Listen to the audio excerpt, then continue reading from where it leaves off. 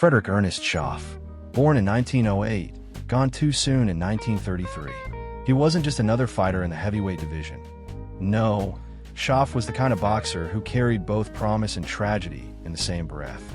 At around 200 pounds, he wasn't the biggest man in the ring, but in the early 1930s, that was just about average. And oh, could he fight? He traded punches with some of the best. He beat Max Baer in their first meeting back in 1930, long before Baer wore the crown. He outpointed James J. Braddock in 1931, who would later be remembered as the Cinderella Man. Schaaf also proved too sharp for young Stribling and Tony Galinto, both future title challengers. For a moment, it looked like destiny had big plans for him. But boxing is a cruel game. In 1932, he faced Baer again. This time, the fight turned brutal. Round after round, Schaaf absorbed punishment, and in the final moments, Baer landed a thunderous blow. Schaaf collapsed just 2 seconds before the final bell, saved not by his strength, but by the clock. It took minutes before he even woke up.